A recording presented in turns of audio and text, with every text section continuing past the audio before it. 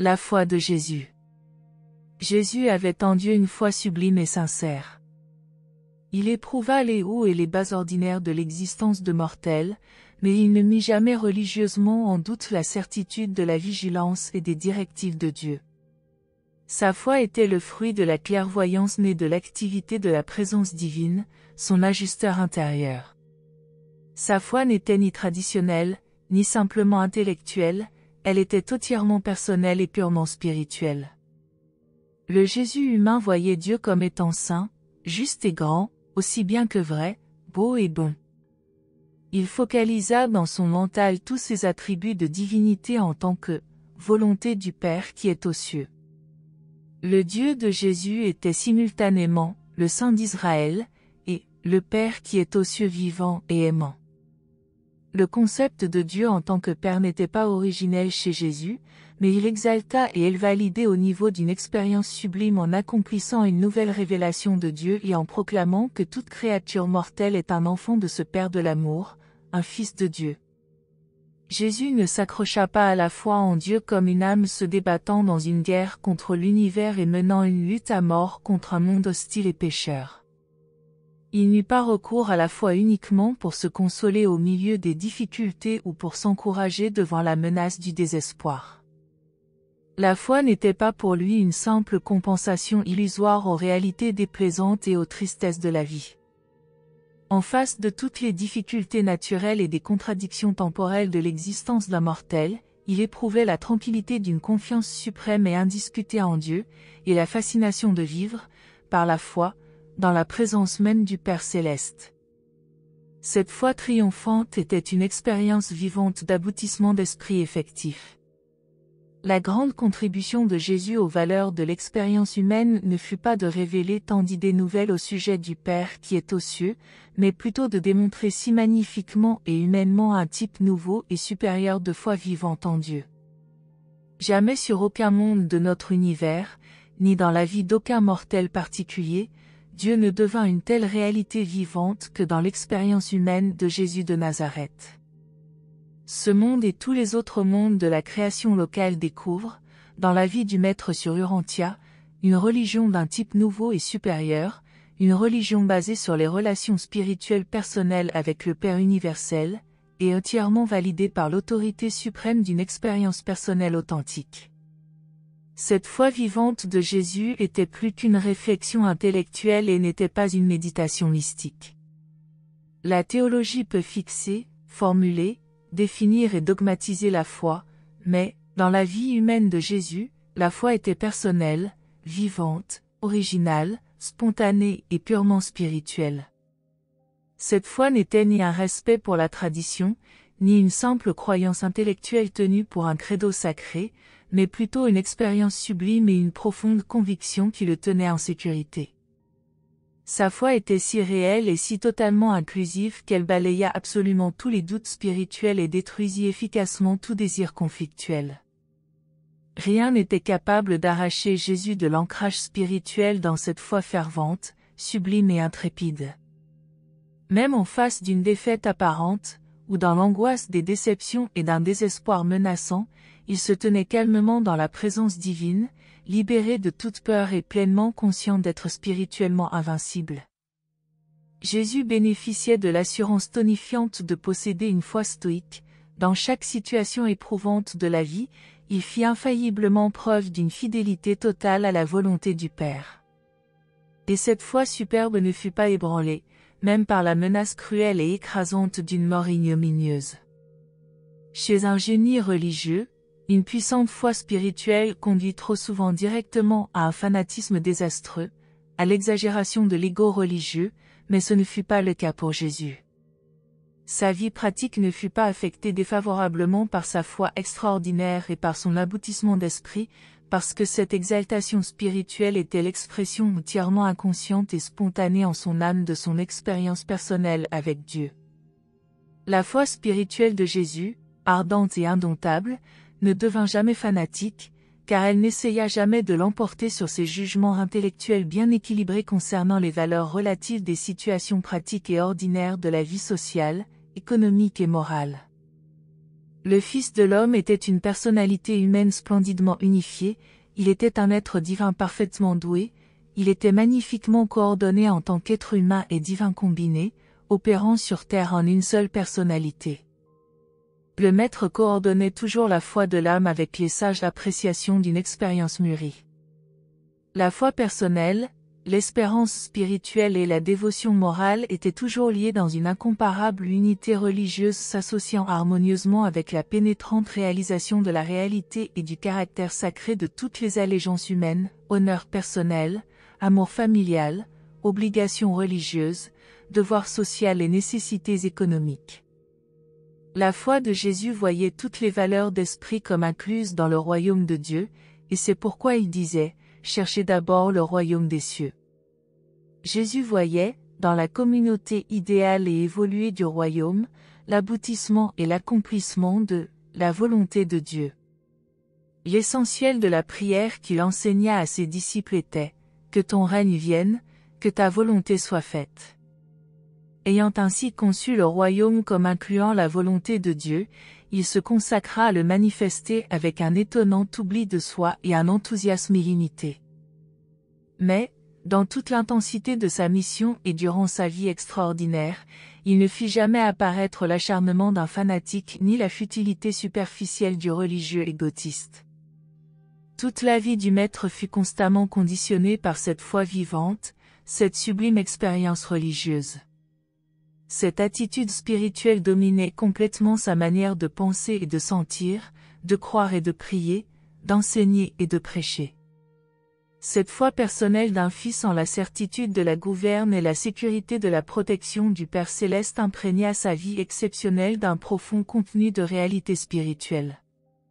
Cependant, malgré cette intime conscience de ses relations étroites avec la divinité, ce Galiléen, le Galiléen de Dieu, lorsqu'on s'adressa à lui en l'appelant bon maître, répliqua immédiatement « Pourquoi m'appelles-tu bon ?»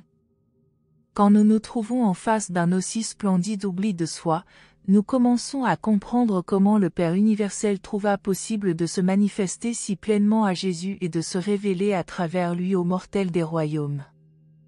En tant qu'homme du royaume, Jésus apporta à Dieu la plus grande de toutes les offrandes. Il consacra et dédia sa propre volonté au majestueux service de faire la volonté divine. Jésus interprétait toujours immanquablement la religion entièrement sous l'aspect de la volonté du Père. Quand vous étudiez la carrière du Maître au point de vue de la prière ou de tout autre trait de la vie religieuse, recherchez moins ses enseignements que ses actes. Jamais Jésus ne fit une prière à titre de devoir religieux.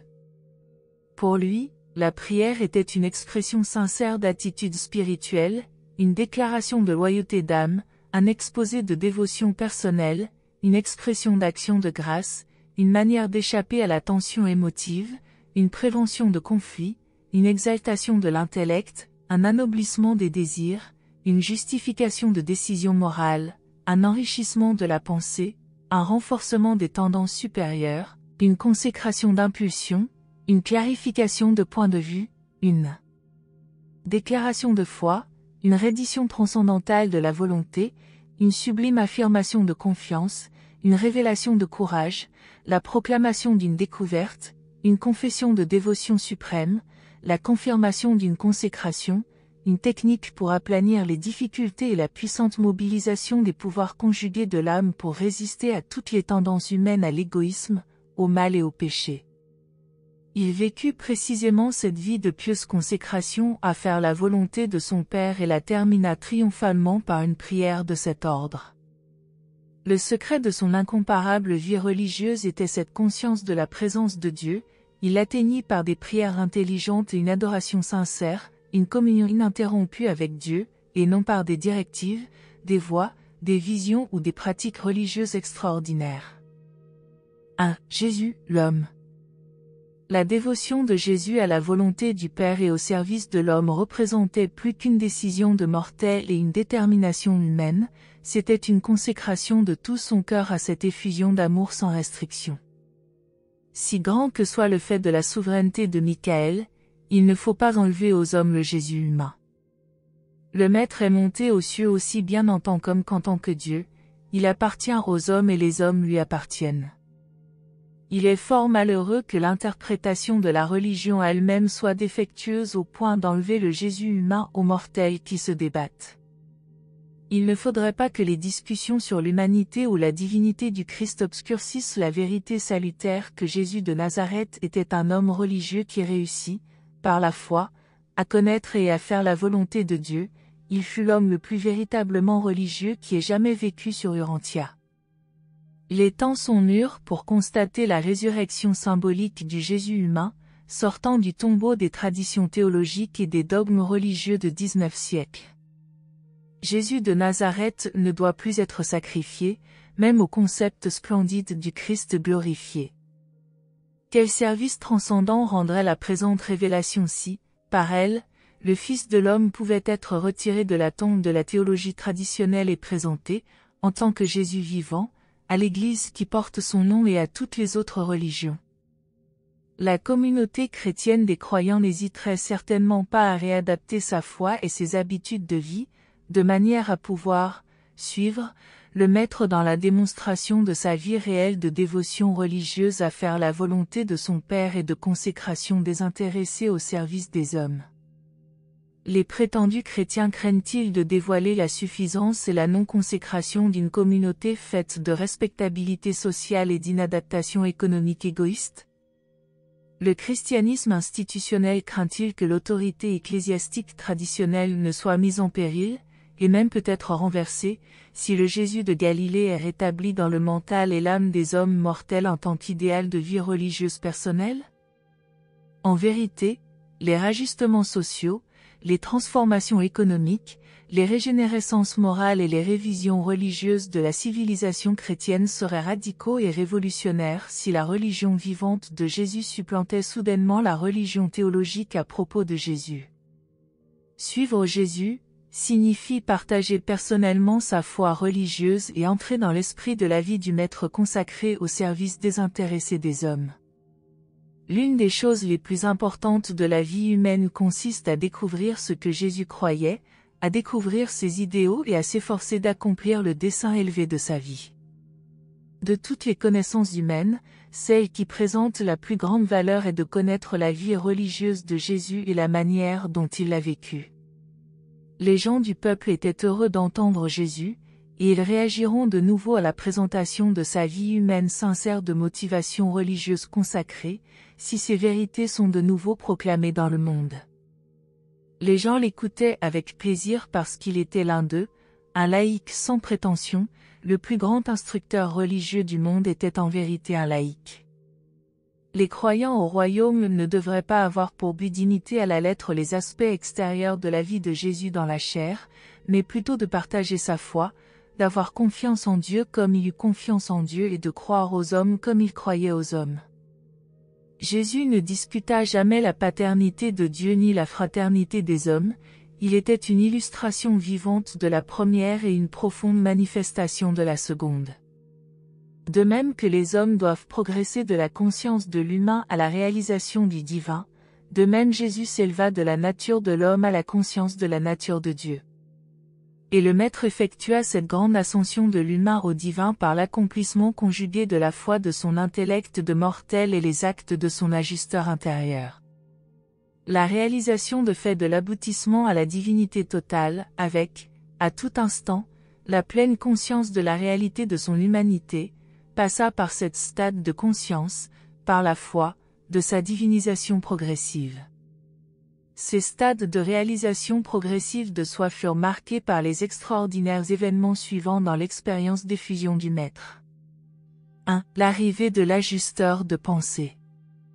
2. La venue du messager d'Emmanuel qui apparut à Jésus, à Jérusalem, à l'époque où il avait à peu près 12 ans. 3. Les manifestations qui accompagnèrent son baptême. 4. Les expériences sur le mont de la Transfiguration. 5. La résurrection morontielle. 6. L'ascension en esprit. 7. L'embrassement final du Père du paradis lui conférant la souveraineté illimitée sur son univers. 2. La religion de Jésus. Un jour, Une réforme dans l'Église chrétienne pourrait avoir un impact assez profond pour revenir au pur enseignement religieux de Jésus, source et aboutissement de notre foi.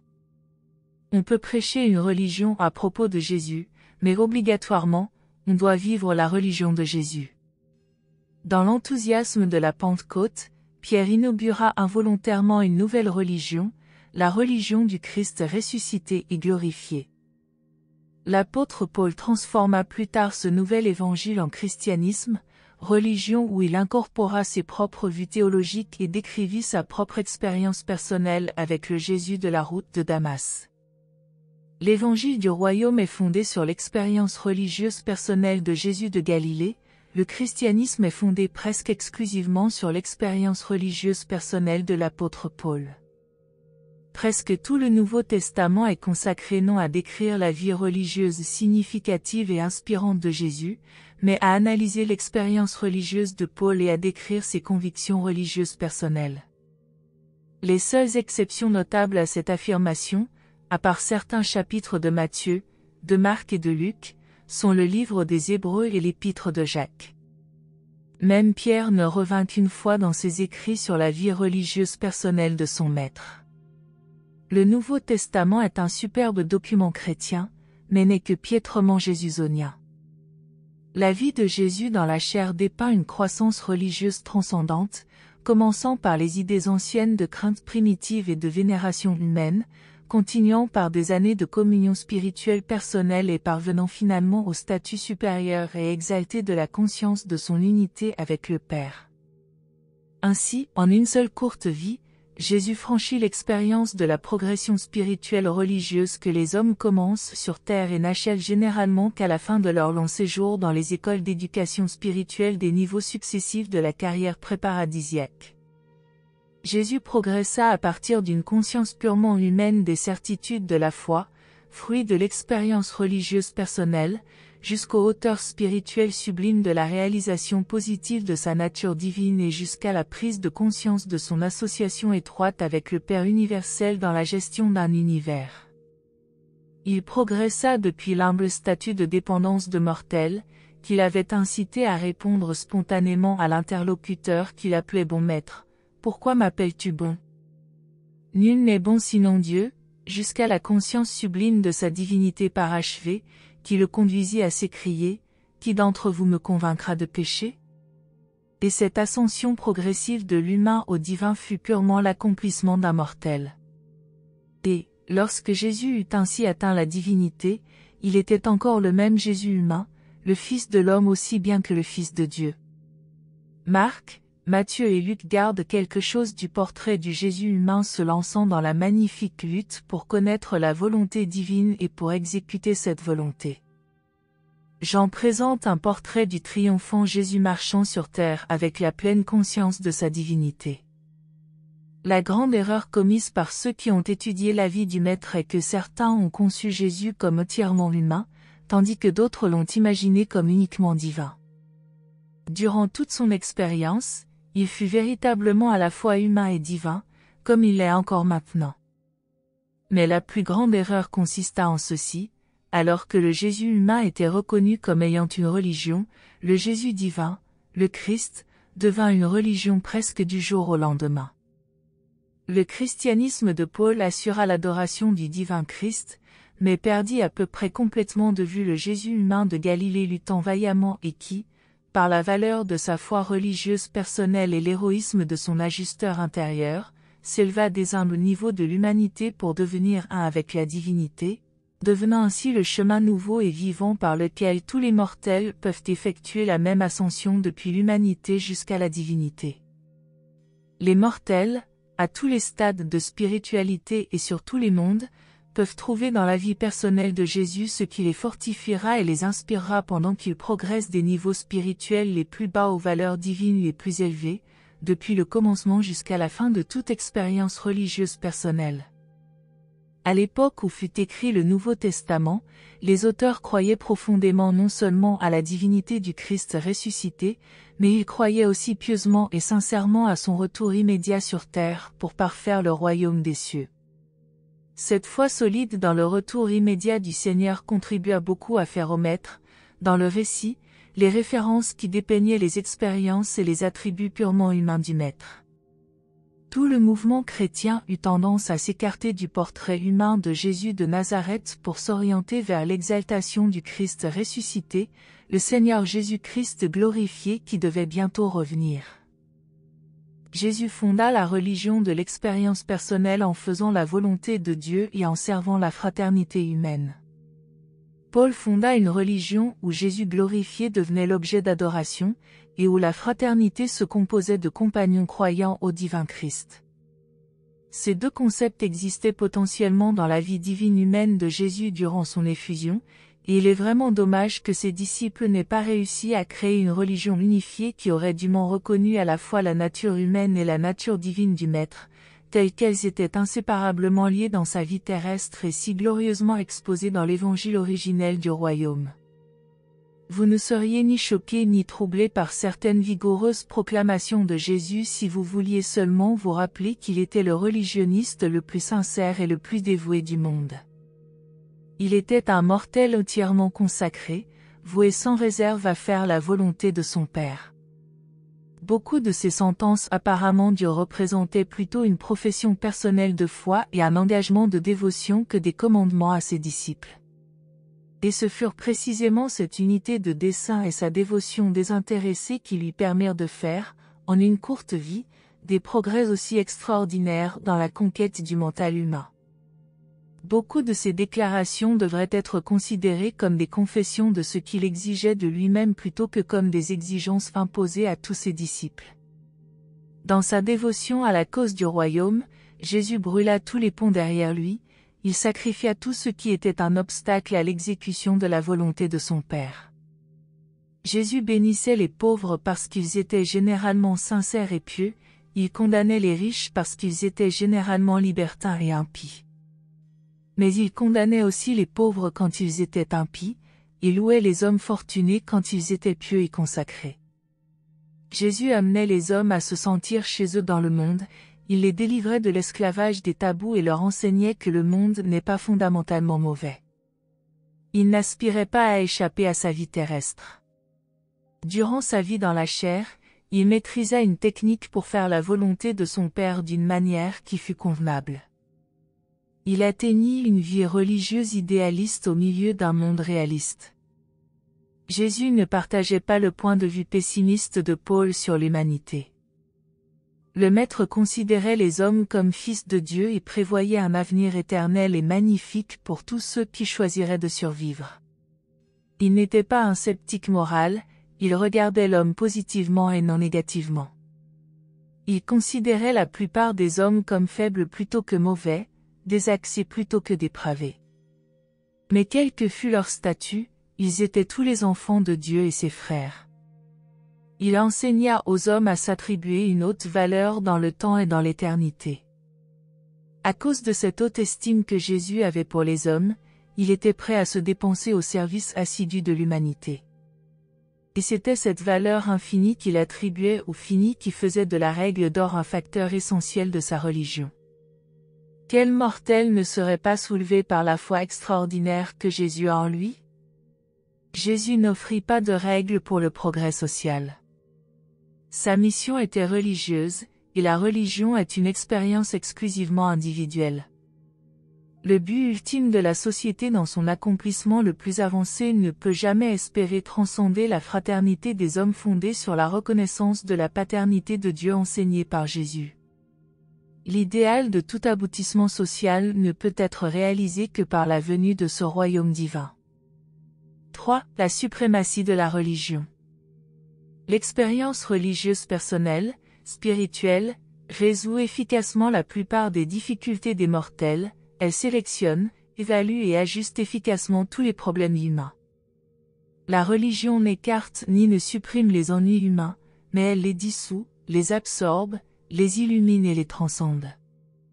La véritable religion unifie la personnalité pour qu'elle s'ajuste efficacement à toutes les nécessités des mortels.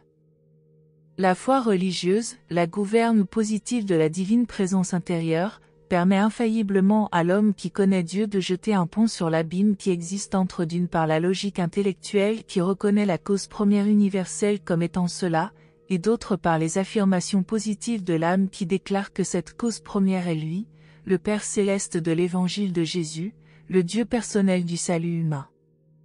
Il n'y a que 3 éléments dans la réalité universelle, le fait, l'idée et la relation.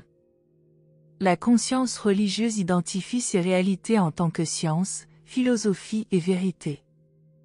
La philosophie aurait tendance à considérer ces activités comme la raison, la sagesse et la foi, la réalité physique, la réalité intellectuelle et la réalité spirituelle.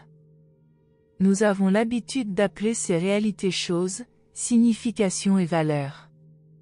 La compréhension progressive de la réalité équivaut à s'approcher de Dieu. La découverte de Dieu, la conscience d'être identique à la réalité, équivaut à éprouver le parachèvement de soi, le soi entier, la totalité de soi. L'expérience de la réalité totale est la pleine réalisation de Dieu, la finalité de l'expérience de la connaissance de Dieu.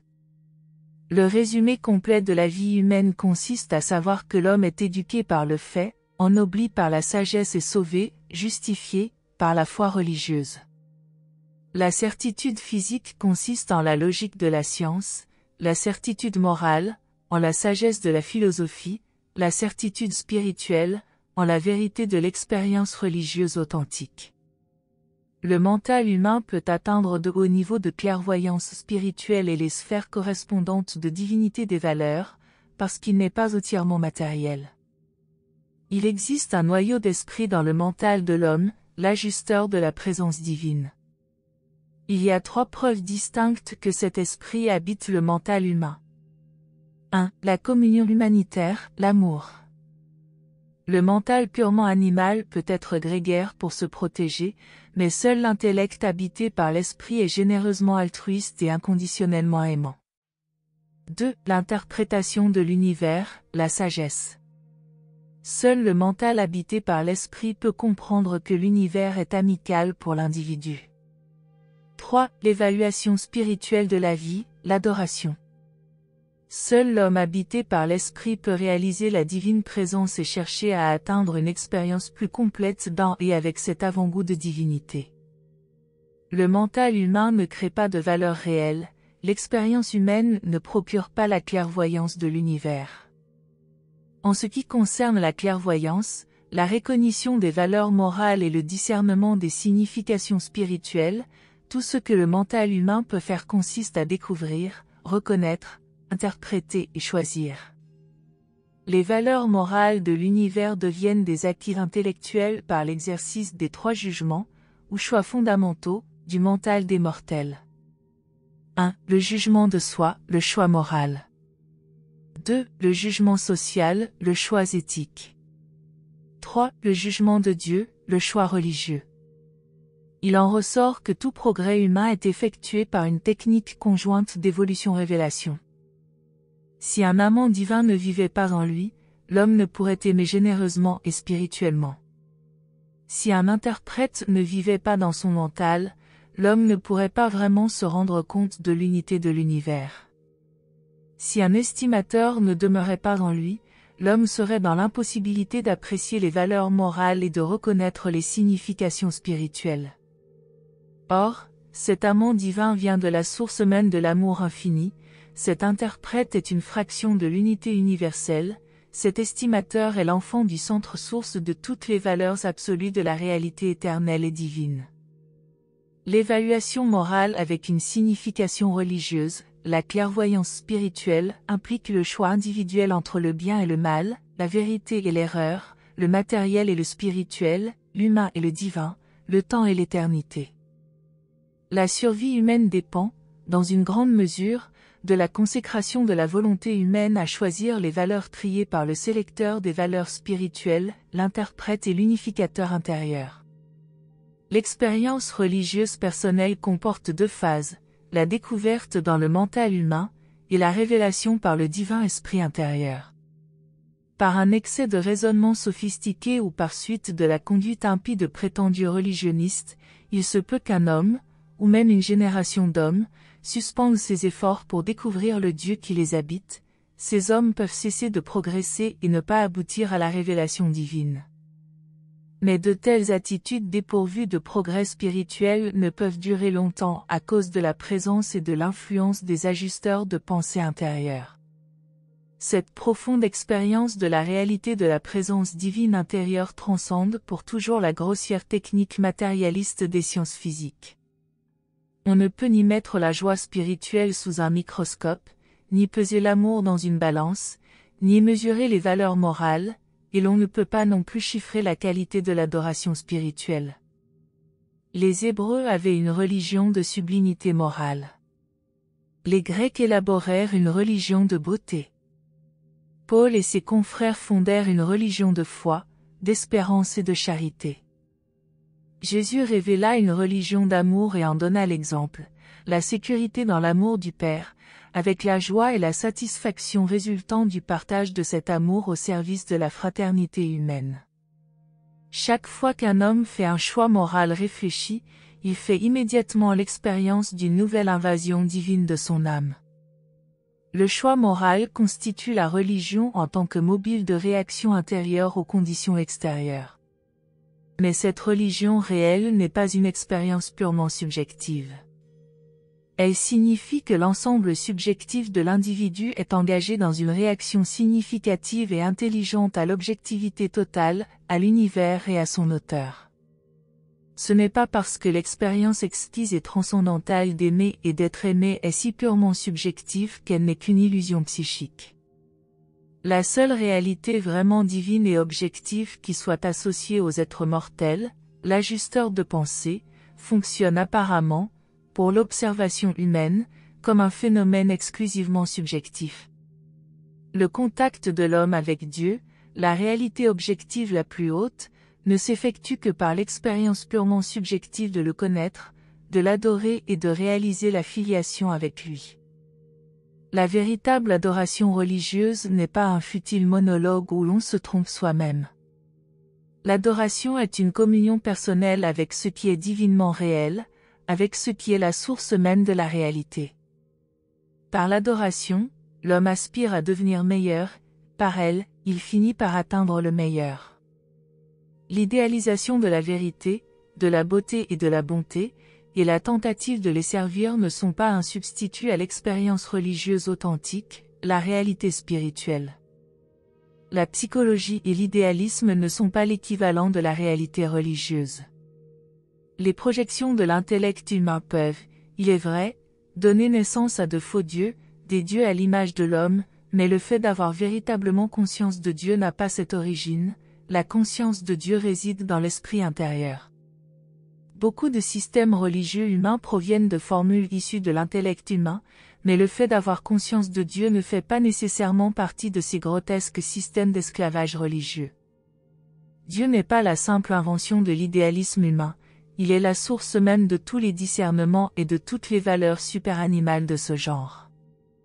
Dieu n'est pas une hypothèse formulée pour unifier les concepts humains de vérité, de beauté et de bonté, il est la personnalité d'amour de qui toutes ces manifestations de l'univers sont issues. La vérité, la beauté et la bonté du monde des hommes sont unifiées par la spiritualité croissante de l'expérience des mortels qui s'élèvent vers les réalités du paradis. On ne peut réaliser l'unité de la vérité, de la beauté et de la bonté que dans l'expérience spirituelle de la personnalité connaissant Dieu. La moralité est l'indispensable base préexistante de la conscience personnelle de Dieu, de la réalisation personnelle de la présence intérieure de l'ajusteur, mais cette moralité n'est ni la source de l'expérience religieuse, ni la clairvoyance spirituelle qui en résulte. La nature morale est superanimale mais subspirituelle.